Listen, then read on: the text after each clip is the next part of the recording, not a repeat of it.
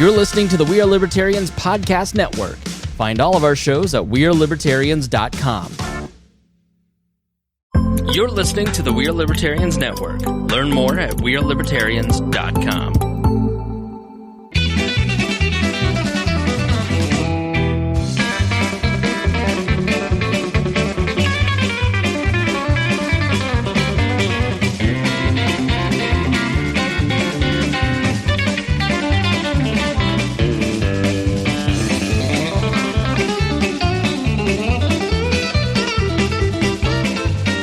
Welcome to the Boss Hog of Liberty podcast. This is episode number 366 of East Central's favorite podcast. Jeremiah Morrell, joined by executive video producer, audio engineer, coach of all the All-Stars, Mr. Zach Burcham.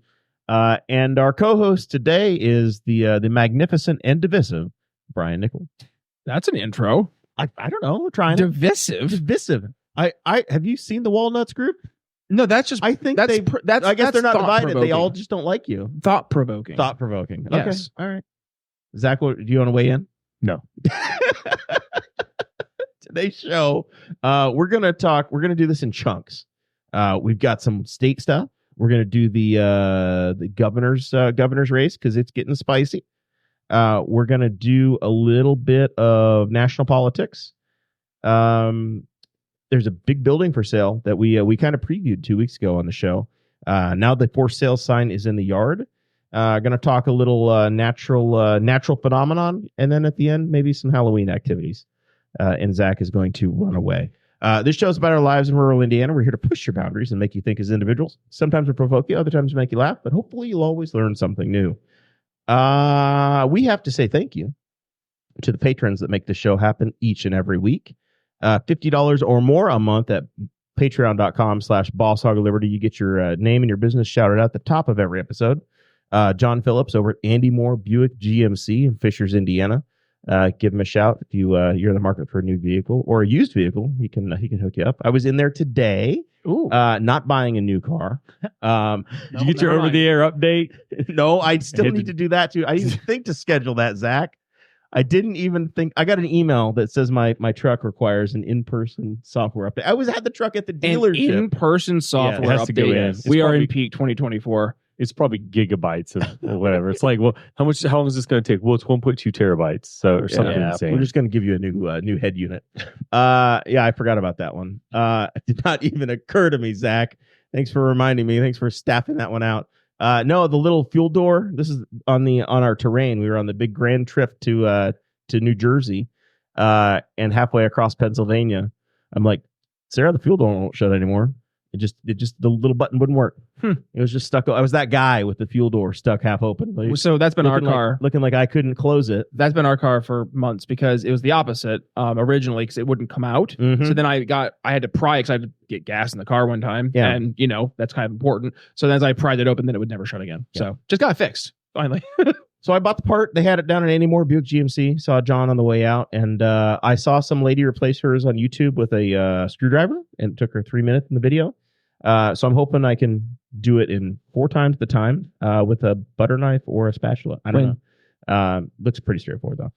Other super duper sponsor of the show, Sports Corner and Varsity Outfitters, Blake Reese, over on South Memorial Drive in Newcastle, does all the athletic wear you need. Need custom T-shirts, graphics, logos, whatever. You want to print it on a hat, you want to print it on a shirt. You dream it up, and Blake and those guys will take care of it. So, as always, we're rocking that on the show here. All that said, we can get into the show, into the big business. Woo! You are a well-established Indiana voter now, Mr. Brian. I am. A few years in, you're getting to experience your first gubernatorial campaign, I believe. I am. That's right. It was COVID in 2020 here. Holcomb. You hadn't quite made it. No. And the Holcomb, Rainwater, and Woody Myers race was all about the Rona. And people were not happy with the way the governor did his, powerful mask mandate, forced distancing, shut down the parks and schools and all this stuff. Hey, at least you guys did something about it. Yeah, they wanted to do their part. So that happened. I'm trying to pull up our live stream over here. And I am failing wildly on trying to monitor the comments. There we go. So that was 4 years ago. Senator Mike Braun has said, I no longer want to be a senator. I want to be a chief executive. It does. So he won the big primary, and he's the candidate now for the Republicans. Newcastle's own Jennifer McCormick, the former superintendent of public instruction, is the Democrat nominee, and then Donald Rainwater, the Libertarian, who got 11% of the vote last time, is your third party candidate, your Libertarian. So that's the stage. By the way, Mike Braun was a Democrat when he was in Southern Indiana, and then he switched to be a Republican to run for State House. Jennifer McCormick was elected as a Republican statewide when she was superintendent of public instruction. They traded teams, and now they're both running for governor for the other side of what they were. Well, there you go. Guess yeah. we're safe either way. Right? Yes. Right, America? Yes. Isn't that how it works? So The teams doesn't matter, right? this week, there was some polling data that came out that said that this race is much closer than expected. And Braun had kind of been expected to win. The pundits have been saying that Rainwater is going to go from that 11% down to 4%, kind of more traditional libertarian numbers. Polling keeps coming out showing that he's hanging on to 8, 9, 10%. And then McCormick is those numbers are generally coming away more from Braun than they are from McCormick. So it's leading to this very close race.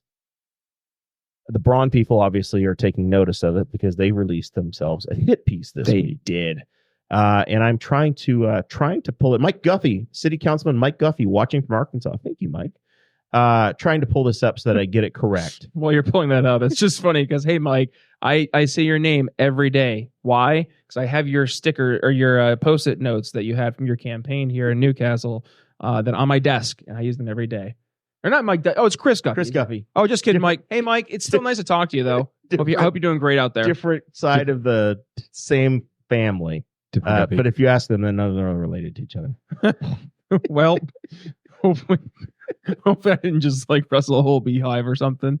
So here's the big hit piece that came out. Okay, I didn't even see this yet either. So, immediately, as an expert Indiana political observer, you go look to see who paid for an ad, right? Because this is posted by Abdul Hakim Shabazz. Oh my God, you've already put more effort into this than most of the people that see these ads, but friend of the show. And it says in the top corner, paid for by the Indiana State Republican, their Central Committee. So this did not come from the campaign. Mm-hmm. But I can assure you that if something comes out from a campaign, it gets the blessing. They've signed off on it. It's not some weird pact from somewhere. Picture of Donald Rainwater, and it says, failing to pay child support, held in contempt by a judge, losing custody of his child, perennial loser and deadbeat dad, Donald Rainwater is an embarrassment.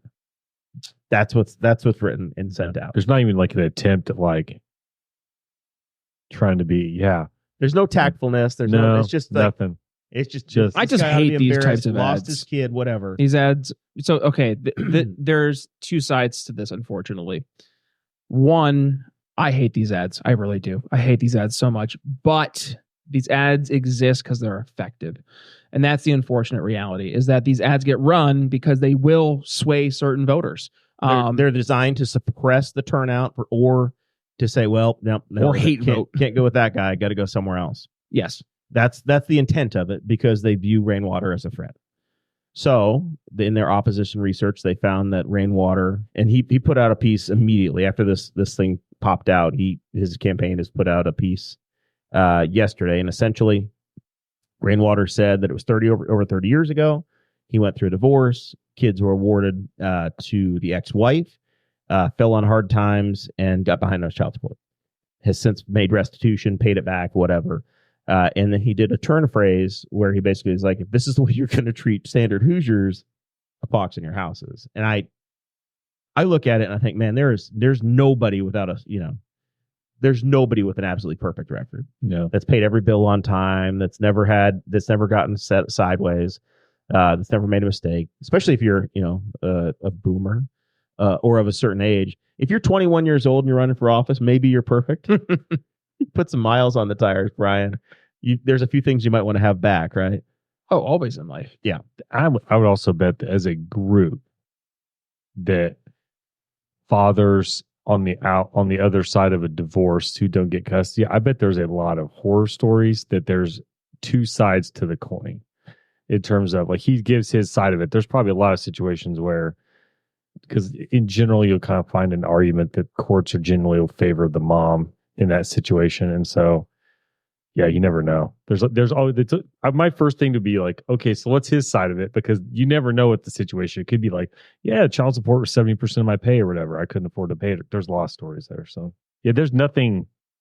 Yeah, talk about a hit thing, just going right for the regular. Well, it's because they're scared, right? I mean, when you're scared, you lash out, and sometimes irrationally, and that's exactly what they're doing. And if there's ever been a more perfect argument for the Libertarian Party, it's this. I mean, this is an election where the Libertarian Party is having a real impact in the outcome of the election.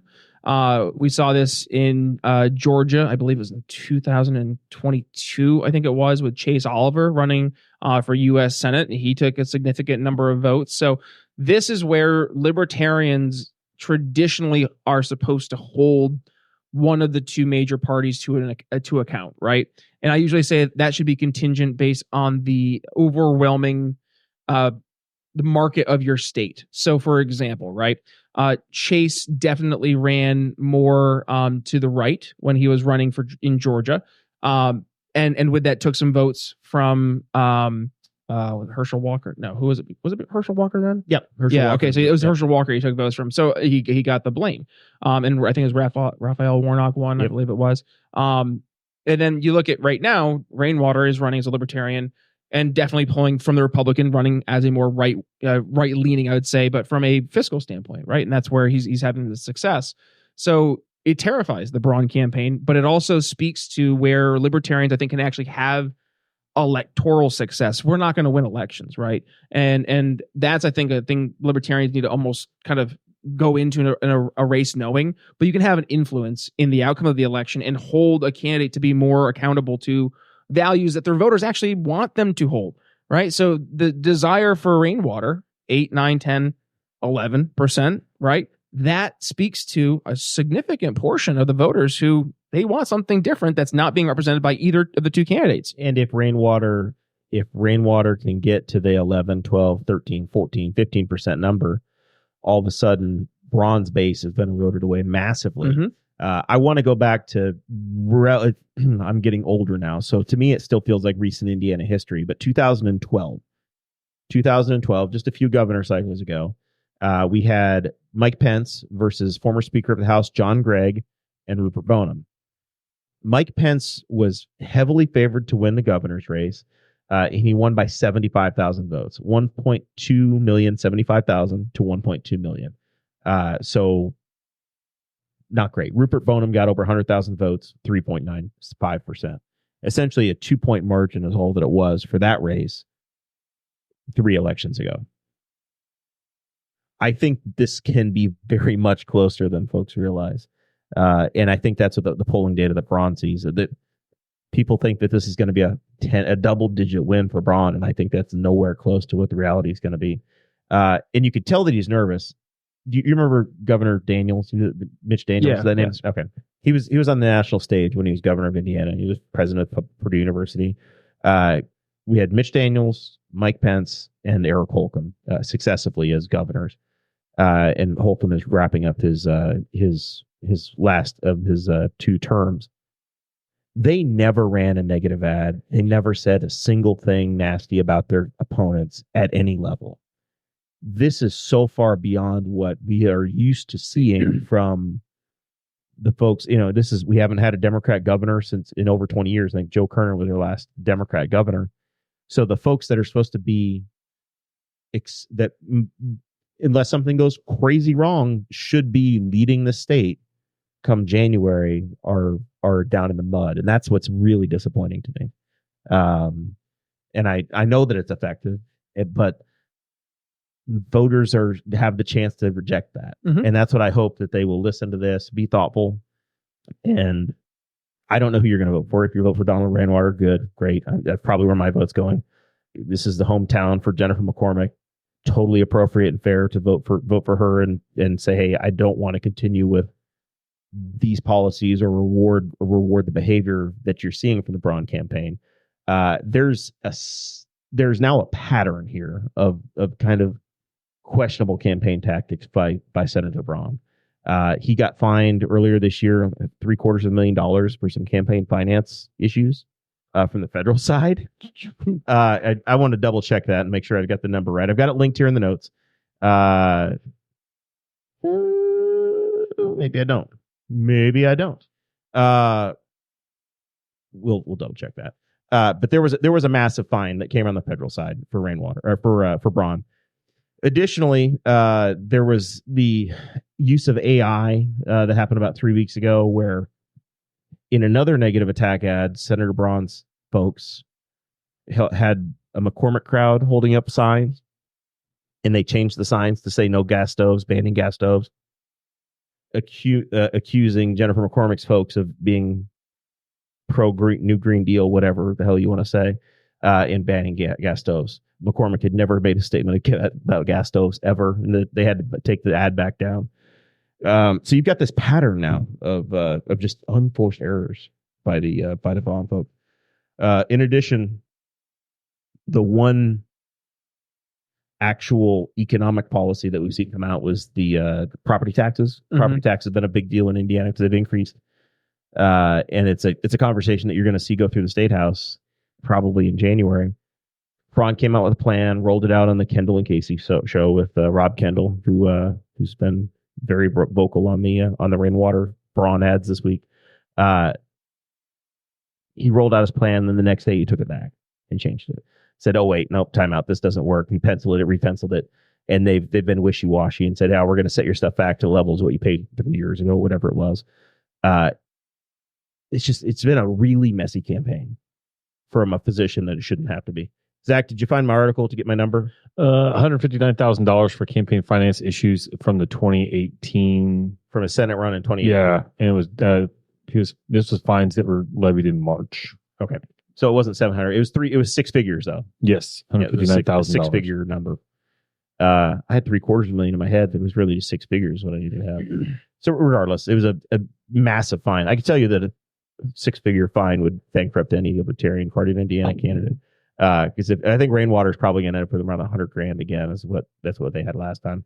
His top fund donor, I think, was $400 this time. Really strong staying power. The name ID was huge from 4 years ago, and I think that's what is powering this forward for that campaign. And I don't know that they expected that to be the case. So. I see quite a bit of signs out. I see some billboards. I've seen some signs out. Camping, traveling. Time will tell. Only 18 days left. I'm very ready for it to be over. I've enjoyed not having all of the candidates through this time, since we haven't had the local race, and we've been able to watch it from a little bit more of a 5,000-foot view. But I'm ready for things to be done. You want to talk about nationals, Zach and Brian? Let's do it. All right.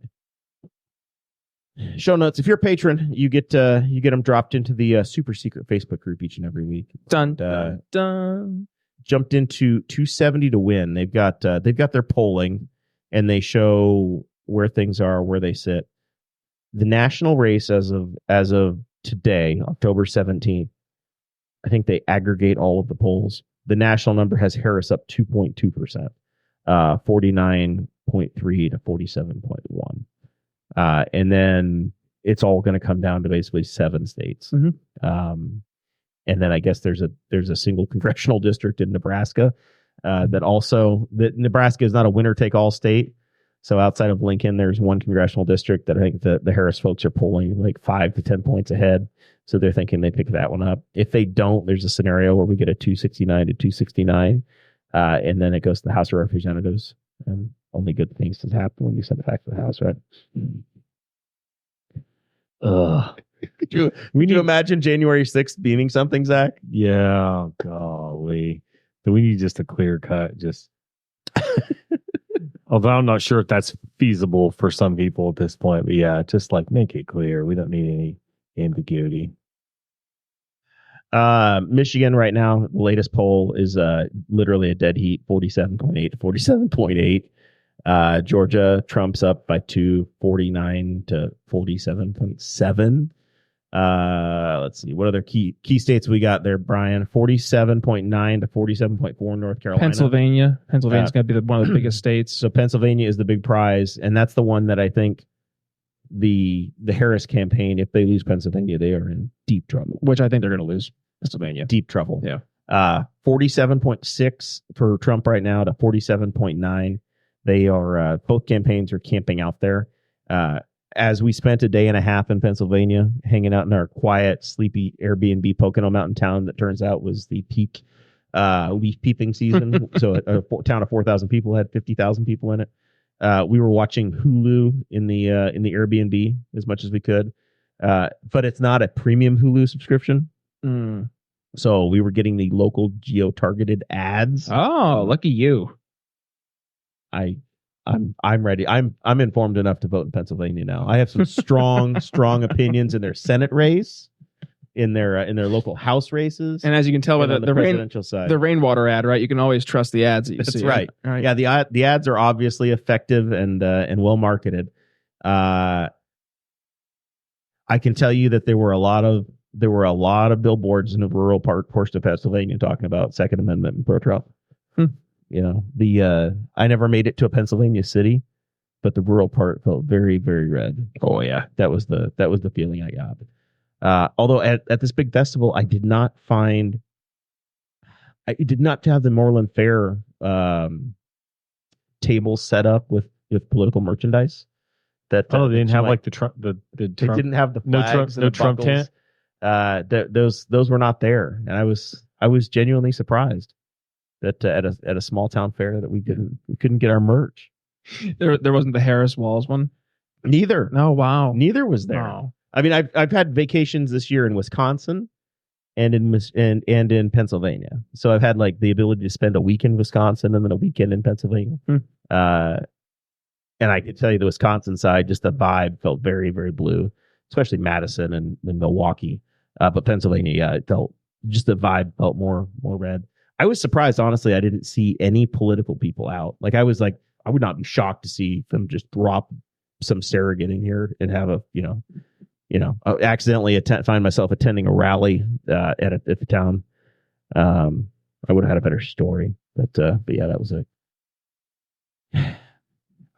it's crazy. There's basically, you don't feel the politics here at the national level that you do in other places. You have 7 It's not states. competitive. You have 7 states that are having I don't even think we poll here. Let's see if the 270. I don't watch any. I'm pretty. This is not thing to say. I'm pretty fortunate. Unless I'm driving into work, I listen to radio to and from work those days. But for the most part, during the day, I'm listening to like podcasts, or I listen to Deal Leaders, other employer, Bob and Tom. But I listen to their app through the 24/7, so I don't get any ads there. I don't watch any live TV when I'm home, so I'm like blissfully unaware of any of the races at all. Like I haven't seen anything. It's delightful. My kids usually have something on the TV, so I just don't know. And if I turn anything on, it's usually like Amazon Prime, something rather. And they don't seem to have political ads on there that I notice. It's usually some consumer product. Yeah, the Hulu thing was where I'm just too damn cheap. Although it turns out that I've been paying for a Hulu subscription for 3 years. We did a little audit of the credit card, and I was like, why do we have a 99-cent and an $8.99 Hulu account? Turns out we had one that never got canceled. Surprise. There's a little tip for you. Go through and check your check your accounts. Rocket see Money. See what you're paying. I was going to say, there's an Rocket app Money. for that, isn't there? Yeah, I have it. I needed it because I use all the AI apps for like all my video editing and stuff. And I was like, oh, I have way too many of these, and I have no idea where half of them are on cards. Yeah. So yeah, you start to realize that you're paying for those things all over the place. Indiana, 56% to the red team, to Trump, 39.5% Harris, and the whatever that little margin is in between. Has anybody voted yet? Have we checked? Did I know people. do we have 3 or 4 choices for president? I think we have 4. I know that they were trying to take the Kennedy name off the ballot, but now I haven't. I'm pretty sure he's still on. Still on then. So yeah, that other would be they would include all of those options. I'm just gonna check. I think I've heard that there's at times been like an hour wait to vote for early voting here. for here in our one place you can go. As I was driving into the studio this morning, there was a line of people right here on the corner right across from the courthouse. Do you have your voting plan in place? A voting plan? You going to go on election day? Oh, Just yeah. go to the same Absolutely. place and vote. I never had like a trouble. Yeah, I usually go right down to the art museum, Arts Park. Yeah. Yep. That's where I go. Fast, quick. There's no issues. They have tons of different areas there to vote. So yeah. Yep, there we go. We have 4 presidential choices in Indiana: Donald Trump, Kamala Harris, Chase Oliver, and Robert F. Kennedy Jr. of the We the People Party in Indiana. It's the We the People Party is what they went with. So yeah, that other column, you got 2 protest options. If Kennedy gets more than Oliver when Oliver's running an active campaign in Indiana, that's a side bet I want to see. Wonder if there's openbets.com is taking any action on that. Go for it. Lead the charge. I don't know if I want. I'm not a casino guy, but that would be really interesting to see how A guy who dropped out of his campaign. Yeah, it's name recognition. I think that's one thing people have to remember. That's a really wicked name recognition too. Yeah. There's like not too many higher tiers of political name recognition. Which is why, by the way, here's my prediction for 2028. You know who the Democrat dark horse should be? Pete Buttigieg. No, jeez. Mark Cuban. Calling it right now. Indiana University graduate Mark Cuban. I got a feeling he has been laying down the framework. He is doing all billionaires in politics. He's doing all he can right now to support Kamala Harris. He's trying to earn favor with the Democratic Party. He's trying to earn favor with the establishment. He's been going on all the different shows as a surrogate. He's even going on like Rachel Maddow and promoting Kamala Harris. He absolutely is gearing up for some type of role. I'm in. I'm curious to see what he would do. I was curious to hear. If somebody can break the fever, I'm set. Like I just yeah, we are like the fever of what though? When's the last time the Republicans didn't nominate a Trump? 2012, Mitt Romney. I mean, we have a candidate, a person who. Well, he can't run again. I mean, he's gonna be done. He's gonna be 83. No, Brian. Why can't he? I do wonder. Okay, 83? Yeah, but can they? He's the oldest nominee ever. Why the hell not? But what? Well, that was up until is he the current infirm president. in some way? The current what? I'm curious. I didn't hear what you said. Is he infirm? Infirm? Trump, like, unable to serve out his duties? Apparently, he spent 45 minutes at a town hall swaying to music. That's because he was entertaining the crowd because there was a medical emergency. Zach, but is play some YMCA? I mean, is the question not so much that he's infirm, but rather would he run for office at 82 years old? I'm very okay. So would he? So because that'd be an interesting question. He's already said a million times he wouldn't too. Would he try? Well, I mean, Joe. But if he did, would the party? I want to. I am very curious to see how the Republican Party finally, at some points, divorces themselves from Trump because it's going to be America first. That's the whole underlying thing that Trump movement, the Make America Great movement, represents. So that America first aesthetic is going to be the main theme of the GOP. Now, with that, you're going to have like the different camps, right? You're going to have like the Make America Great, just kind of, pardon the expression, kind of that culty mentality, but then you're going to have, which is the 47%. Yeah. Then you're going to have, I wouldn't say it's that high. Then you have like your traditional neocon folks like the Nikki Haley's of the world. You're going to have your more, I would say your economic nationalists like your Josh Hawleys of the world. And then you're going to have your libertarians like your Rand Pauls and your Thomas Masseys. So those divisions have existed. They will continue to exist. But the aesthetic that made Trump the leader of the party was that so hard at leading. It was the American first aesthetic. Well, hit me with it. Where do you disagree? I think that your mega group is massively over half. It's probably 80% now. Absolutely not. It is, or they're just pretending, but it's there. They're the loudest. They're by far the loudest group. I do wonder if that group's even going to continue to vote after this. How can 6 people run against Trump for president? Trump doesn't debate any of them at all whatsoever. And he wins the nomination. Because he was a former president. That's why. He was the former president. True. It's 100%. That he was the former president of the United States. Like, he already won. He was their president. Like, nothing Vivek Ramaswamy could say or do could unglue that that stickiness that he has with that voting base. And it's a voting base that they look to him as the big middle finger to the establishment of what's been happening, for better, for worse. Yeah. That's what I say is that if he loses to Harris right now, I have nothing that tells me that he won't try again in 4 years. And it just continues. He said no, he wouldn't. And also he'd be 82 years old. There is no way. Fit as a fiddle. No, he's not. I mean, like, he's not. He's 82 years old. Or he'd be 82 years old. He's old as it is right now at 78. Right. So then how the hell can you vote for him? I'm curious to see how it goes, though. If he's too old to run for re-election or run again in 4 years, then is he too old to run now? I wouldn't say so. No. Because he's going to be 82 years old at the end of his term. I'm just curious because I do think that, like, he has a hold on their party in a way that I don't think anybody's had a hold on a party maybe that we've ever recall. And at some point, there's going to have to be like a separation, and they're going to have to move on from that. And I'm curious to see how they do it, like what their ideology looks like after that, and if they can keep all the people who buy all the cheap flags, hats, T-shirts voting. Because I think a lot of those people are literally just going to be like, "Well, he's done, I'm done," and they quit because they're not Republicans.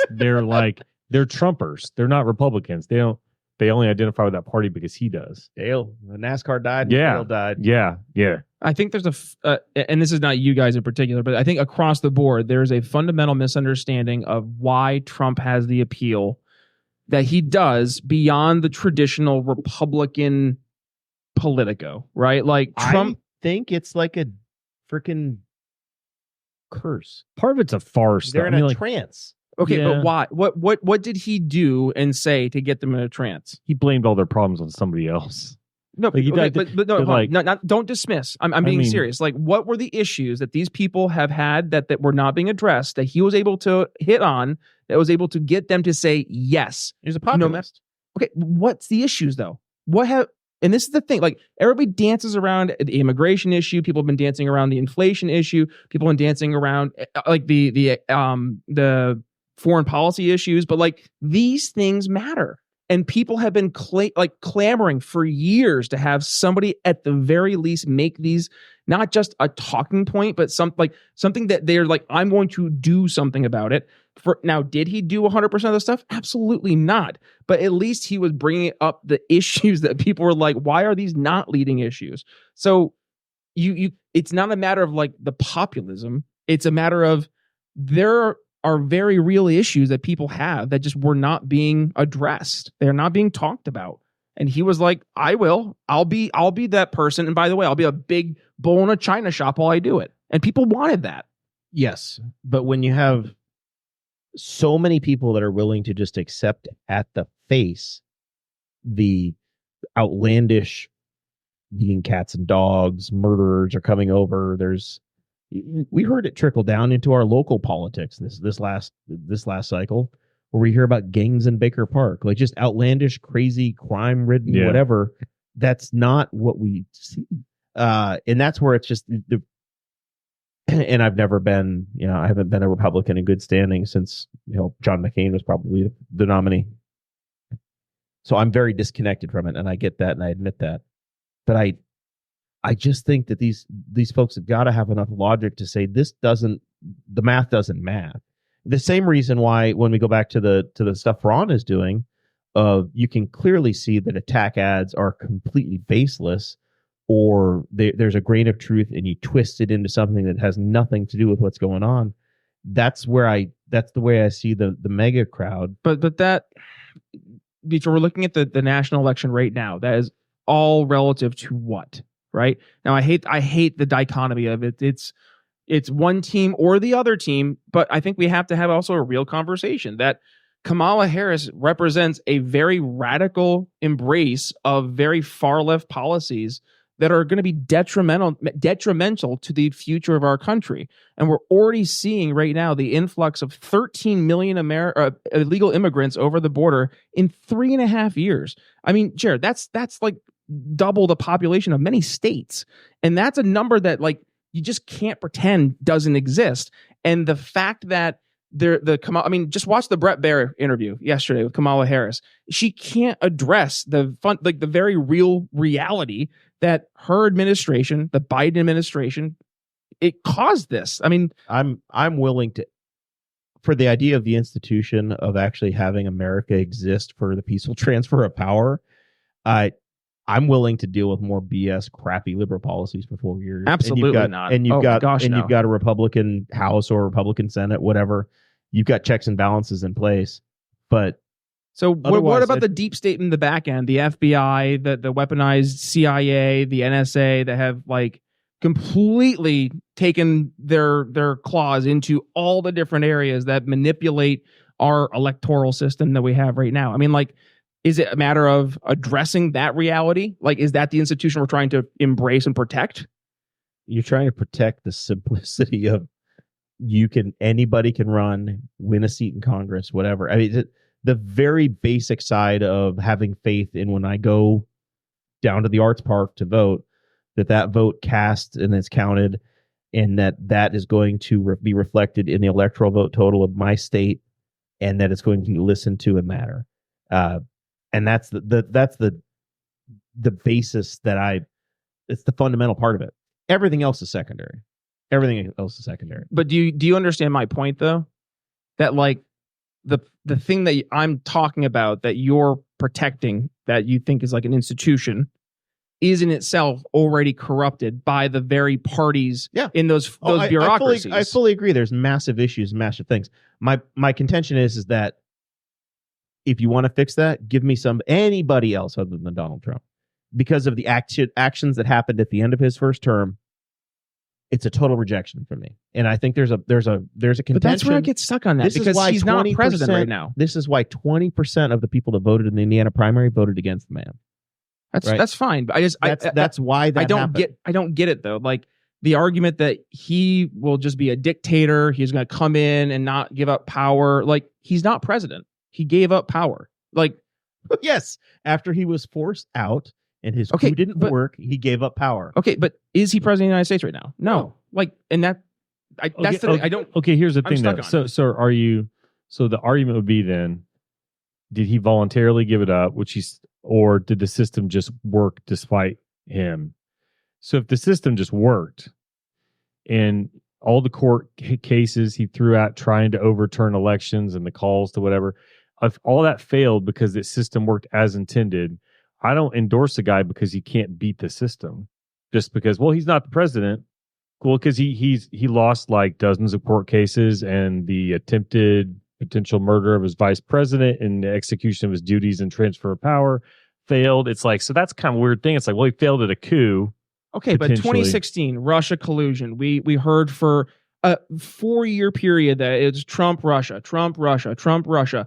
Hillary didn't really seem to concede the election. As a matter of fact, didn't she write a book saying how why I won, or how I should have won? She won the popular vote, didn't she? Yeah, but she still didn't concede the election, and it was biased. You go back to Nixon, George W. Bush. Both won the popular vote and walked away. Yeah, but I mean, but like again, this mentality that like Trump is some scary threat to democracy, when we've literally watched the Democratic Party multiple times, and that's the thing, over a 20-some-odd year period, reject election results and claiming that there was election interference, all like during the while that it was shown to be completely fabricated behind the scenes by the very Democratic establishment and party elites that were running for these major offices, namely Hillary Clinton. Like, the fact that like that happened and we saw it happen, and the only reason that it got exposed was because Trump won. That's the thing. And they couldn't take that. They couldn't deal with that anymore. And that's the part I don't get, is like, why is that not an issue? But this whole Trump thing is like the scariest thing ever. Because there was a violent attack on the Capitol of American citizens who stood in the House chamber on the day they were supposed to do the business. That's the part that just, I'm done at that. And if the Republicans had nominated J.D. Vance instead of Donald Trump, I would listen. If they had said, hey, you know what? We're going to give Chris Christie a shot. Cool. If they had gone Mike Pence, Nikki Haley, Vivek Ramaswamy, I don't care. Anybody else, and I'd be willing to have the conversation. But that was that's the line in the sand, and I am done. I quit listening. I quit participating. He's never denounced it. He's never spoke. And apparently, when they said, they might take out Pence, he's like, he just didn't care. And at any point, and then he could have released it. He could have just said no. This is where I also get stuck in. Exactly, I'm not picking on you, but like, where did you hear that from? It was and that's that right there. It's always I heard it on Facebook. I saw it on Facebook. I heard it from a friend. I heard it on a news article, or I heard it in a quick news segment. Like a lot of the stuff that has been created. Have there not been books written from the accounts of the day at the White House? Absolutely. There's been tapes. Right. And why did it take like after what's his name? Kevin McCarthy becoming Speaker of the House for the entire tapes to be released of the day that showed that a lot of the things were being claimed during the House Oversight Committee when they were looking into the J6 attack ended up being completely omissive of everything that was in those tapes showing actual timelines of events. Like this is the thing. As much as you're right that it was a horrible event, and by the way, I'm personally a little biased on that too, because I had an episode with Matt Kibbe coming out that day, and I was so excited. And then this all happened. Of course, my episode just got erased. It's important that you admit that it happened, because there's a lot of these folks that just don't even think. Of course, it happened. Like I watched it on TV. Like everybody saw it happened. But like the fact that Nancy Pelosi completely rejected any of the support that Donald Trump. That's all the what if isms that just try to erode it away and make it okay. And to me, it's literally the line in the sand. And until the Republicans pick anybody else to be their standard bearer, I won't listen. Thank God Donald Trump's going to be 82 years old. He's not going to run again. An actual court filing that was released by the DOJ, I believe, said that when an aide took a phone call that said they had to get Pence to a secure location because he was under threat, and they went to Trump and said, "Hey, this is going on. Maybe he would take action to secure Pence's safety." Trump's reaction was, "So what?"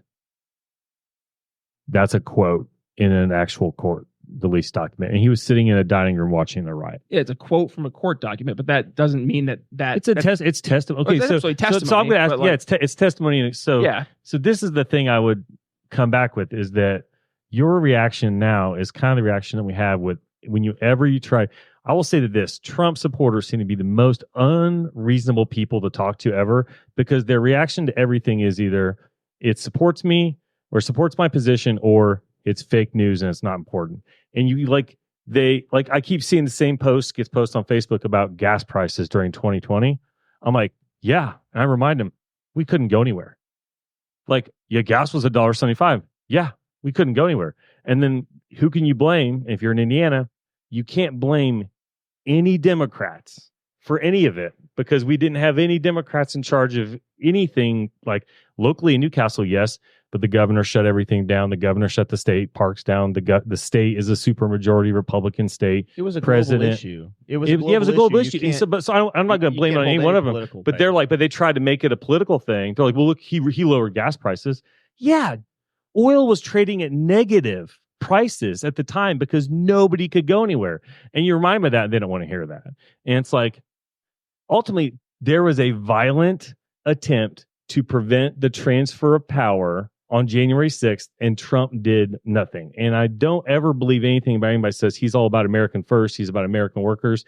He just had a situation where a bunch of his supporters got abandoned at one of his rallies because they wouldn't pay for the shuttles.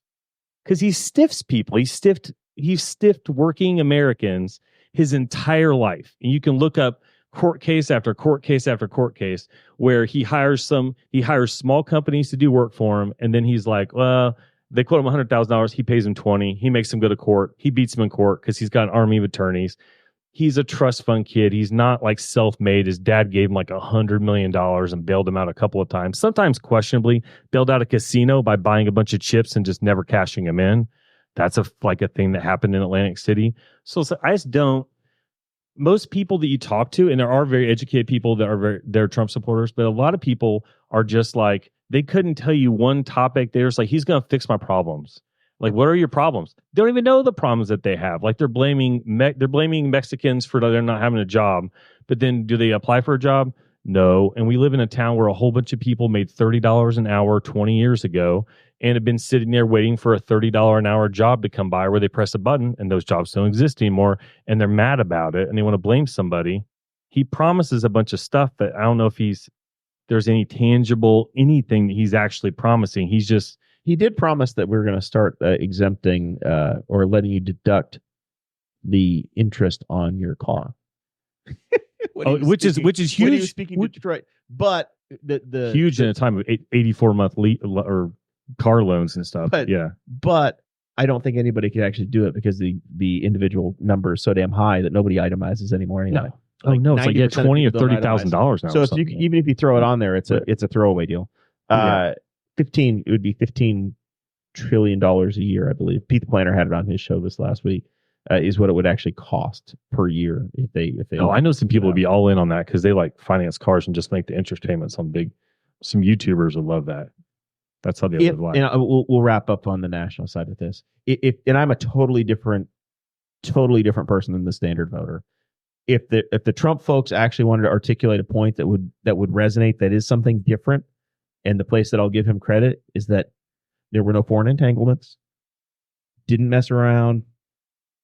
Well, yes, Biden did end the war in Afghanistan. I would be talking about how I'm a dove on the national scale.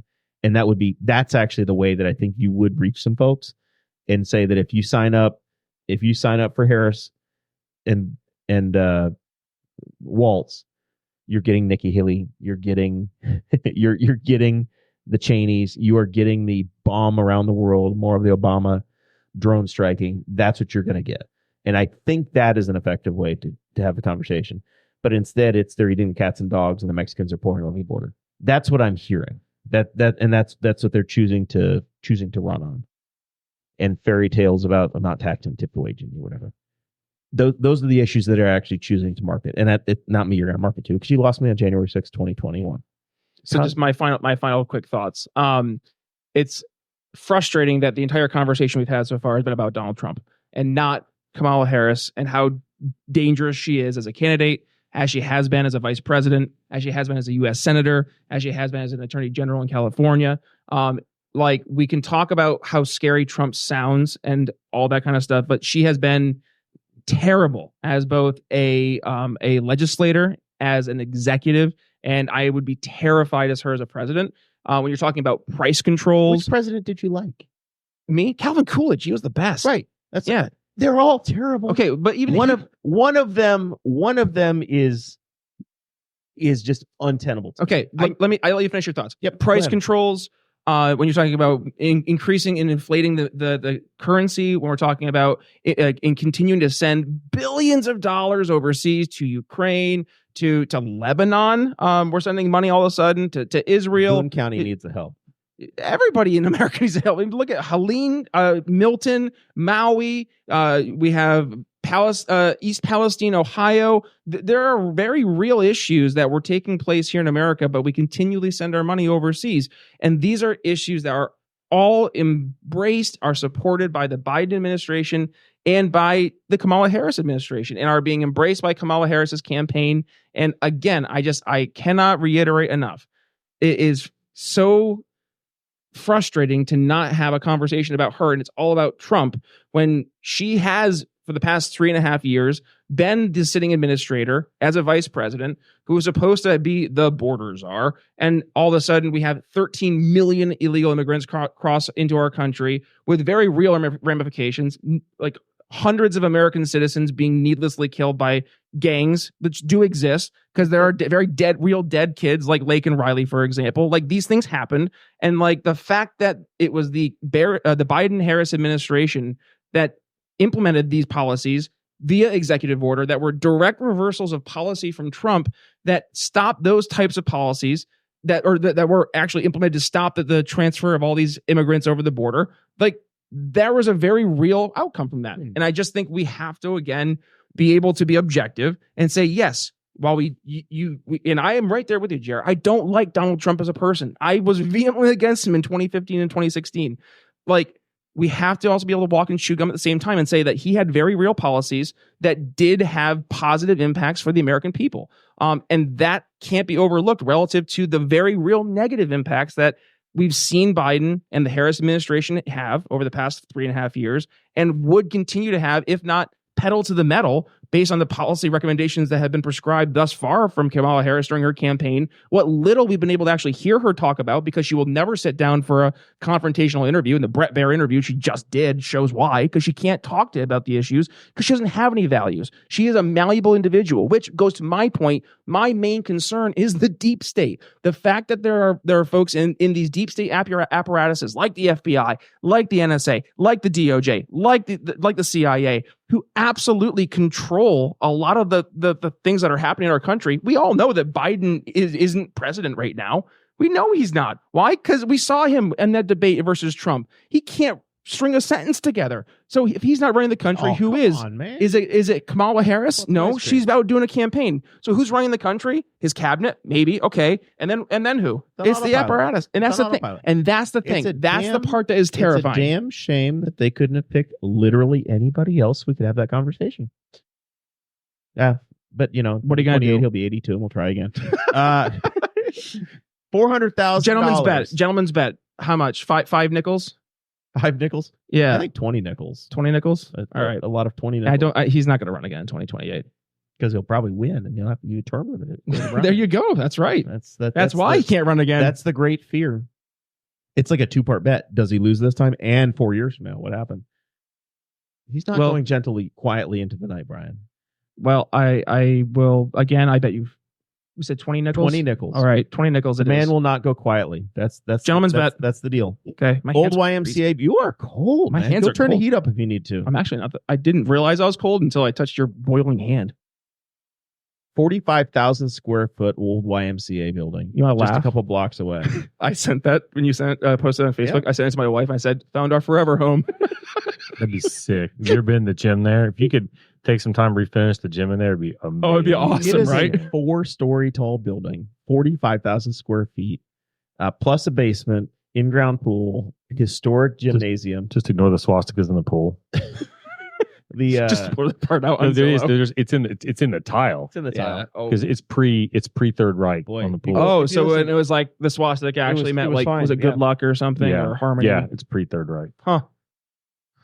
Way to go! I didn't notice as a kid until I went down there as an adult, and I was like, "It is." Whoa. So I said the Patreon. We've had an overwhelming amount of fascists and Nazis tonight on the show. Pre-Nazi. Gotta emphasize that for the kids. I think it'd be an amazing apartment complex, condos, something.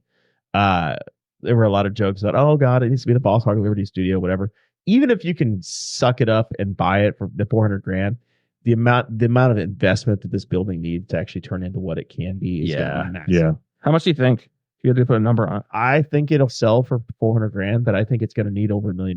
That's going to say $1 million for renovations. 1.2 million in investment. I'm not entirely sure, but I know that when Township Trustee took it over, they had to do some work. They took out one of the racquetball courts, had to be made into like emergency stairs and stuff. I don't know if they fully, like they fixed up some of the upstairs rooms, but I don't think they did all 4 floors. I basically think they did the first and second. There's a lot of paint peeling. There's a lot of like deep issues in the building. It just needs some love. It's functional right now. Go back 2 pages for me. Sorry, I know this is great for the audio. Yeah. So is that like a office building right now? Yeah. Currently it's the Township Trustee's office. Okay, gotcha. They do poor relief, cemeteries, oversight of the fire department from there. So where are they going? They have purchased an old church on the east side of Newcastle in the townships. Okay. Because they didn't need a building that was that large. And then the gym, and they also were running a Goodwill style shop there. Gotcha. That's a part of the poor relief mission for a township trustee. So who do you think is going to buy this? That's a hell of a question. Do you think it's going to be like an outside investor, somebody local? If it's going to be like 400,000, our best hope is that it's somebody local that has the assets to actually do something with it. Well, they did a great job with the theater that's not open right now. It's open. It's just not public facing. Oh. It has events. It does? Yeah. Yeah. Oh. There was a comedy show last winter that a lot of us attended. Somebody just had something there. I thought it was like movies again. Oh. No, it's not necessarily going to be a movie theater. That is functional and operational and very nice. Okay. I stand corrected. Seats, but it is a functional facility. Okay. But it's more of an event space. So unless you see a public event. They took the back half of it and like built. I was really concerned about how they did this because reunion in there. I'd heard about Yeah, I think they did. About how they did this. Whoever's left. I keep hearing about leveling the floor, and what they did was they basically built a deck over the top, but it's solid floor over the back part of the theater, so it's flat space there. They can put tables, but then they still have, I don't know what, 8 or 10 rows of theater seats. They're still there in the front, or just room for theater seats, and then the stage is up front still. So yeah, they've kept it. They've kept it in good shape. It's in theater shape. It could be converted back to a movie theater. I think when it stopped being a movie theater, they really struggled, the people operating it. At the time, it was in a trust. That was a dumpster fire, with paying for the equipment to play modern movies. Because basically what it came down to is everybody converted to digital. They were still running an old reel-to-reel, and they were struggling to raise the money to buy the projector to keep it digital. So that literally is the exact same story of the movie theater in Ogdensburg, New York, my old stomping grounds. Yeah. Because there's a nice movie theater. They were trying so hard to get it up and running again, and it was the same thing. The projectors were just insanely expensive. They're like, so they were running older movies for a while, and then it changed hands and to the current ownership. And a couple of years ago, they stopped doing the movies there. So, but yeah. They're taking good care of it, though. A lot to be said, but it's the, Zach, I know you have a story you probably want to tell about the Newcastle gym and some visitors that came through this week. Yeah. But before the largest and finest field house, Newcastle played at the Church Street gym, which is included in this transaction. There's basketball happening there right now, Brian. As I drove in, almost every night there's they could run. They can run 2 full courts there, and then they could flip it around and run 1 big court. Wow. But yeah, usually it's got 2 courts. So who plays there? rec leagues, Pickup leagues, yeah. Just Old, open, kind of middle school guy or middle-aged guys that don't want to give it up. See, I always think about playing like a pickup game of basketball or maybe like some flag football or something, and then I'm like, no, I can already feel my Achilles hurts. There's a lot of churches in town that have gyms, and there's basketball. If you want to play basketball, you can play basketball. We have some churches in the area that the main space is a gym. Like they have a Draper, a retractable basketball goal, and you look up and you're like, oh look, I'm in here for a wedding. You look up, there's basketball goals. They could put all this away and flip a goal down. It's Indiana. Oh yeah, the amount of it culturally. If you do start finding yourself in a bunch of different events and like multi-use spaces, they are all basketball gyms. You can play basketball anywhere. Well, and a lot of them are carpeted just to terrorize you. I was down in French Lick this past week, and there was no basketball gyms there. Well, there probably was, but not on the actual golf course. Did you see any reference to Larry Legend? Yes. French Lick? Yeah, actually, I don't know. I don't know if I did or Larry not. Bird. I know. It brought us around a different way. One of the roads was closed, and we went through like all the backwoods. So that was fun. We're gonna move on, because I have 2 more topics I want to get to real quick tonight before my voice completely quits and Brian yells at me again. Zach, yell at you. Zach, in May we were together at the Indianapolis Motor Speedway, and you threw the biggest hissy fit I ever saw you throw in your life. Yeah, because we were at the Speedway in the city, and here at home the Northern Lights were visible, and you were 50 miles away. I was 50 miles away in the middle of a major metropolitan area where there was nothing visible. And shockingly, this time, I did not give a crap. I did not get off my couch to go look at them. So the Northern Lights were happening. You could have gone outside and you didn't do it. Part of 2 is I was in town. I live in town. I don't have anywhere. I have to like walk out into like my neighborhood to get a view to the north. And also, whether it affected it too much or not, there is a prison due north of my house. Like it's miles away. A couple miles north, but it is a severe light pollution. It's a severe light pollution situation. And everybody's like, well, you can't really see it. You have to take a picture with your phone. And I was like, I was trying to think of where my drone was, if it was in a car or in somewhere. Like I should probably get I just did not care to get out. I'm like, I want to see like visible with your naked eye, you want moving, to see like the moving, like curling Northern Lights. I don't want to see like some weird thing. Cause like I took a picture with my phone like a week before. There was no Northern Lights, but my phone can like night mode will like light up the sky even when it is pitch dark outside. It'll pull up something. So I'm like, yeah, it'll make something happen, but I can't see it. I felt bad. I'm like, I should be more excited. But then like I was like, oh, they're still going. And then another picture on Facebook. Yep, they're still going, but I just did not care. Just didn't do it. Brian, did you see them? I didn't even know it was happening. You weren't even aware. I had no idea. I looked on Facebook the next day and I was like, what happened?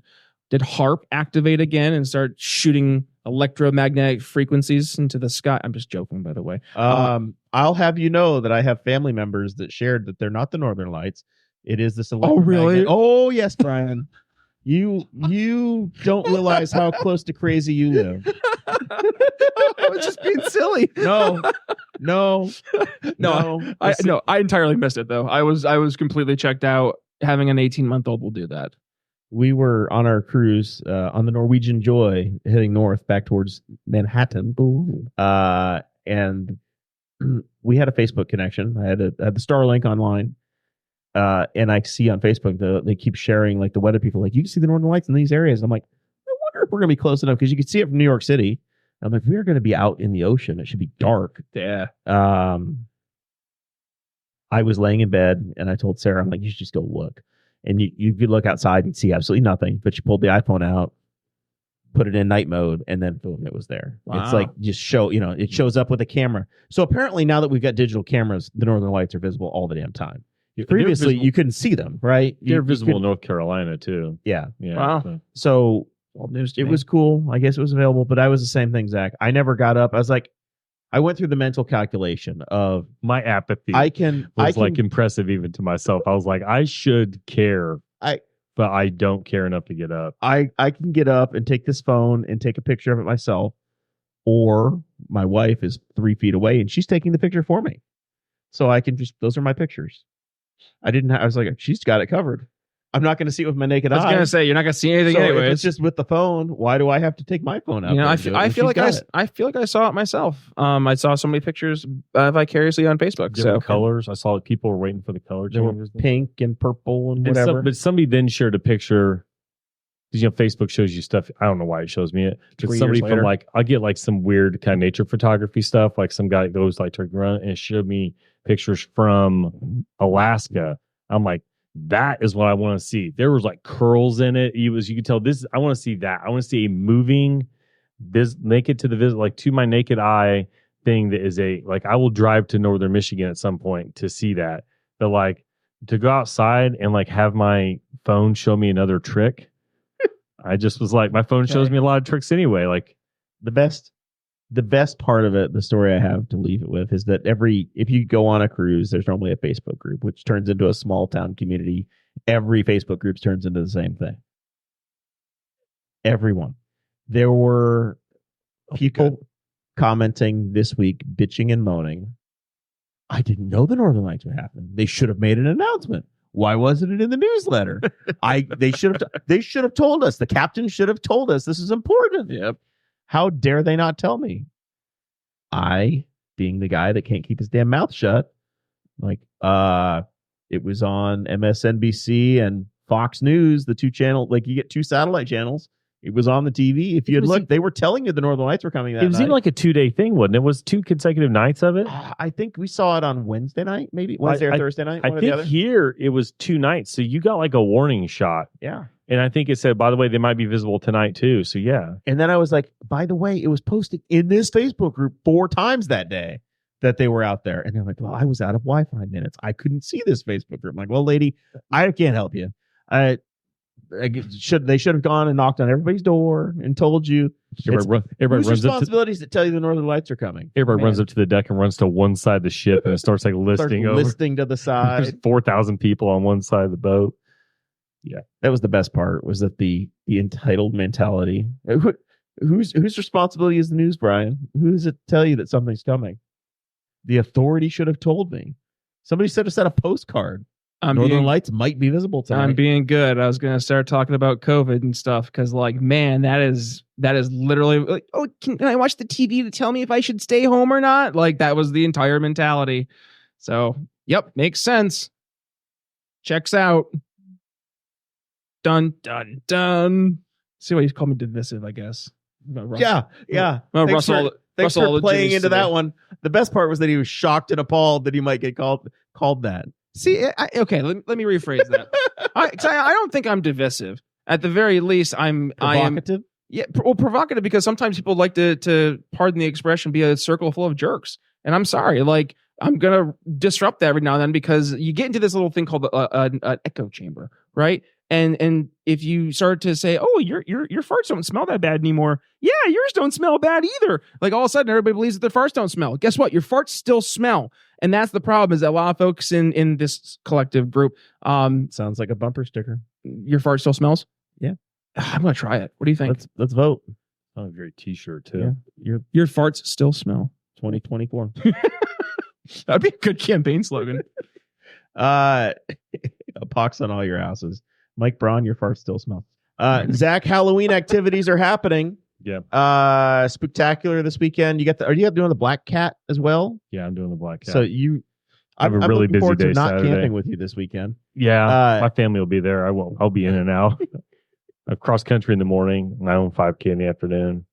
I'll enjoy my time on Sunday. There's I a suppose. 5K at the campground as well, I think. Oh man, we'll see how I feel on that. I did a light ankle sprain 2 weeks ago on the longest cross country day of my life.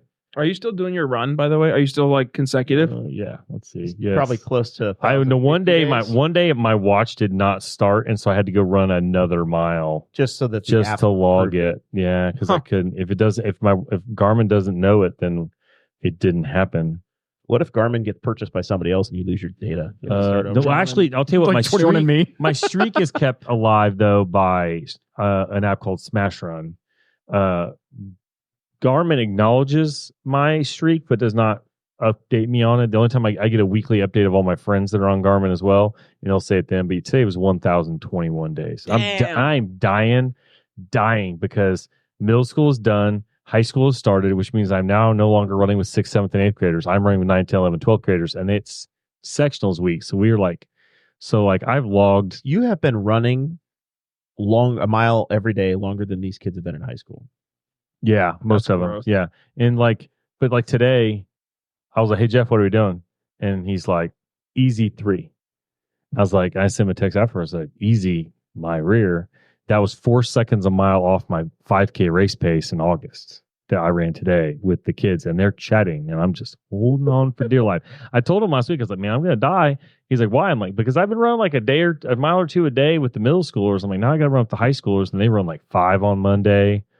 We did 3 or 4 3 yesterday, and their easy pace is a hard pace for me, and another 3 today, and their easy pace is a hard pace for me. So, Do those kids trick or treat?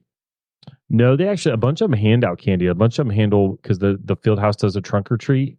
Some of them might, though. I'm not sure. I have to ask them. I don't. I mean, kids that can run that kind of pace, they get 3 hours. So our trick or treating in Newcastle, this is the segue.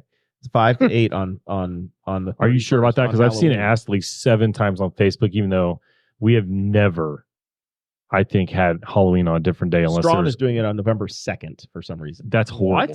Nobody. Strawn is November 2nd if you want to double dip. I've never seen a holiday which people move on so quickly as Halloween, man. November 1st, it's Thanksgiving time, man. They turn the pumpkins around. It's time to move on. I don't like Halloween. I think it is a find that ridiculous commercialized holiday. They all are. Yeah, but at least Christmas has like more of like the family vibe where like you get to So see. Thanksgiving's the jam. I like Thanksgiving. Thanksgiving's Thanksgiving the and perfect- Christmas Thanksgiving's are the my perfect holiday. 1, 4-day weekend. It's the first day. 2, bring a dish. That's all you have to do. yeah. It's the best. There's no financial stress with Thanksgiving. It's just sit and eat and have a great day. I love Thanksgiving. And watch football. That's the other win. Thursday, Friday. You magically get NFL games on the Friday now.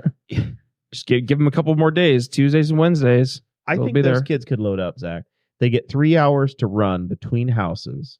They could choose whatever costume they want. They could be cross country kids. They could just wear When, their when did uniform. there start being time frames for Halloween? You just turn the front light off on the front porch. Well, the communities organize as to when they're going to be, what the official time is.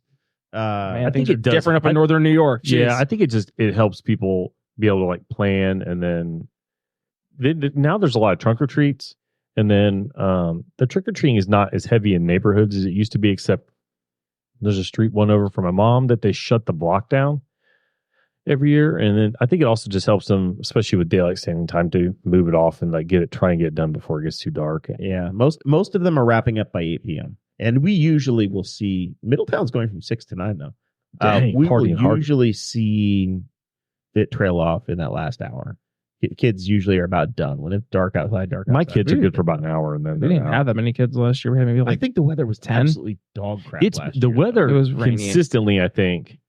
And someone's going to correct me and say it was gorgeous like 2 years ago, and I have a horrible memory for this. But it's been horrible for Thanksgiving or for Halloween for like 4 out of the last 5 years. It seems like I don't know how many times I feel like my wife runs the trunk or treat for the Y.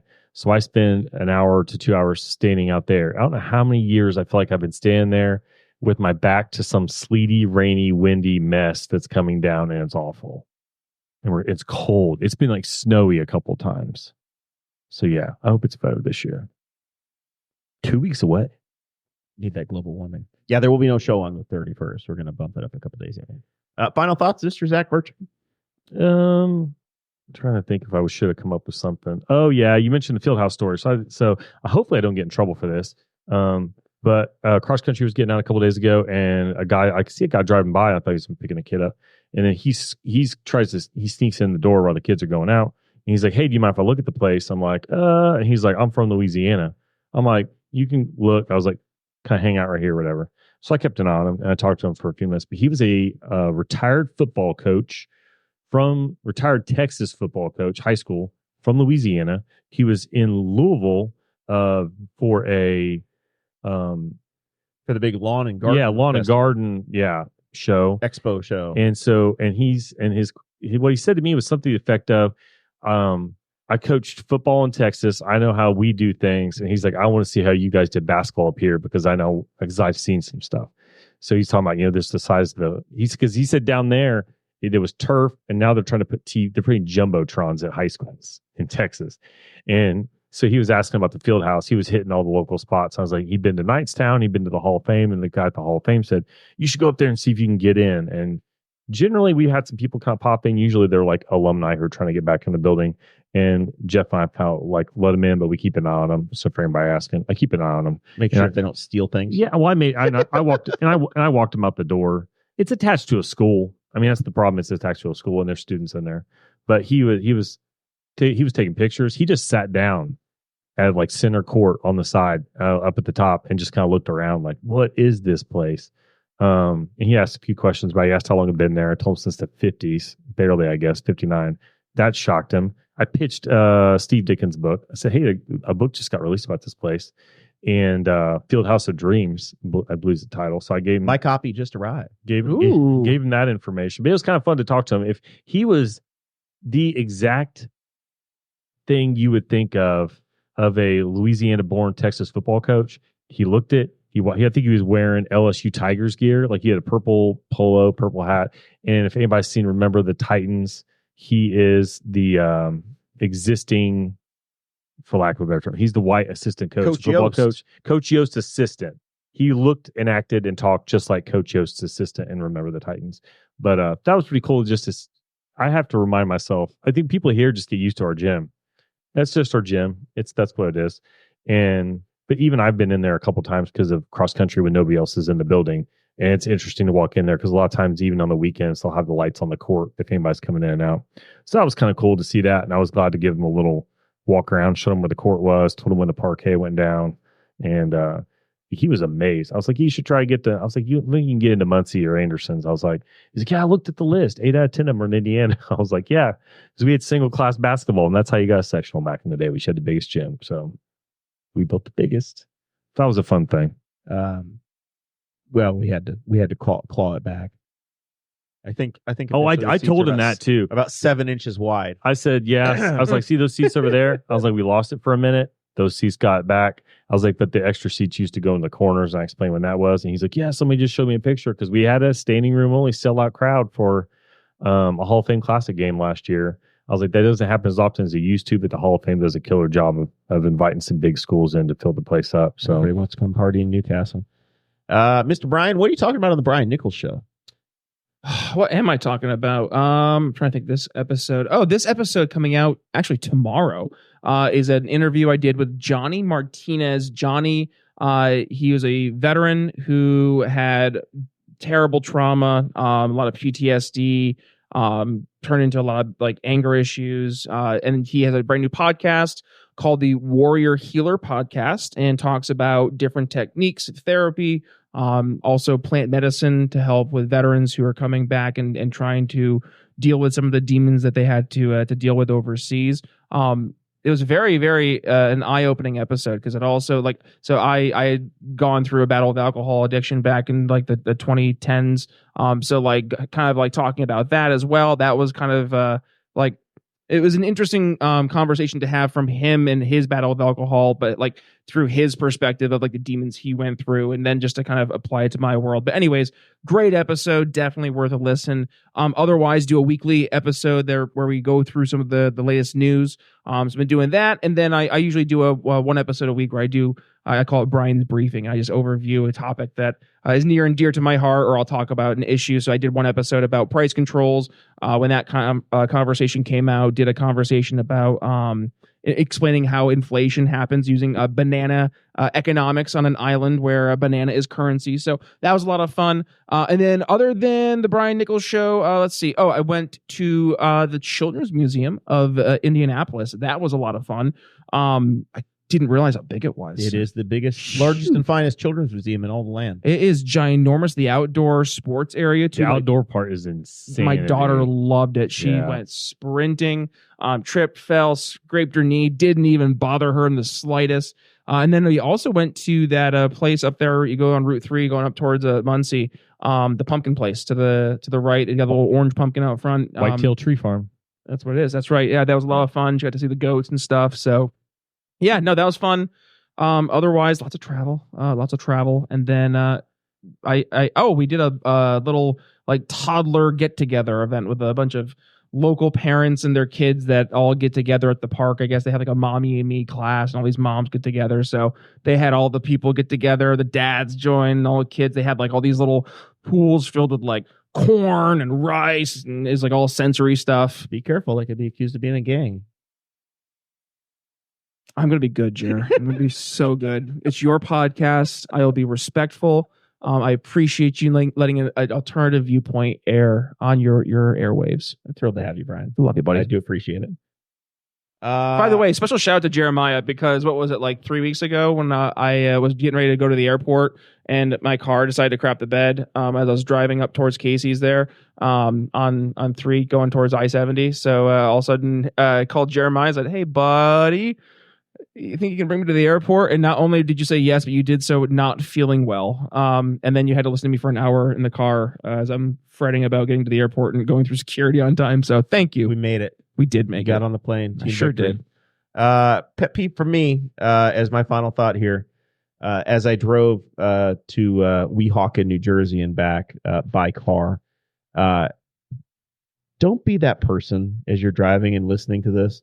Don't be that person that's in the right lane passing everybody in the left lane when there's 2 trucks running side by side, because it will just make everybody else furious. Yep. You're not going anywhere, and it's dangerous.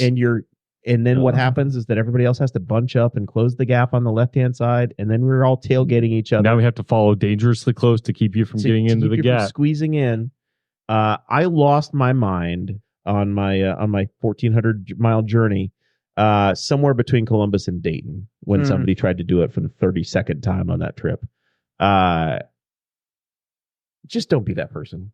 I realize it's not enforceable, but I do wish we had some like patrol level effort on semis taking half of a state to pass. Like, I know I understand it's unenforceable and there's like no point, but like, we have laws about farm implements at times having to pull over if X number of cars are behind them. I do wish once in a while a cop would drive and look at me and like, look, there's a gap in the traffic. There's like a mile with no cars, and then there's 2 semis, and then behind the 2 semis are 200 cars lined up. The solution is easy. Private and roads. It benefits my day job massively. Interstates with a certain traffic count need to be 3 lanes in each direction. And no trucks in the left lane. The right 2 lanes are anybody with a truck and a trailer, and the left lane nobody has a trailer. Simple. Boom. Solved. Traffic will flow. Left lane, you can't have a trailer. Done and done. Yeah. That's your test. I think I was stuck behind 2 semis the entire way home from work a couple days ago. Like, I never got cleared of them to set my own cruise control. That's the existence of a modern day driver. That and my new phone are the 2 biggest annoyances in my life right now. Got Prime Day. I bought Steve Dickens' book, and I bought myself a new Google phone. And oh my God, do I feel like I'm over 40 trying to use it. Yeah. Anyway, with that, we'll be back next week, Thursday. Appreciate your support. Mercifully, only a couple more weeks until the election's over, and we can talk about the weather.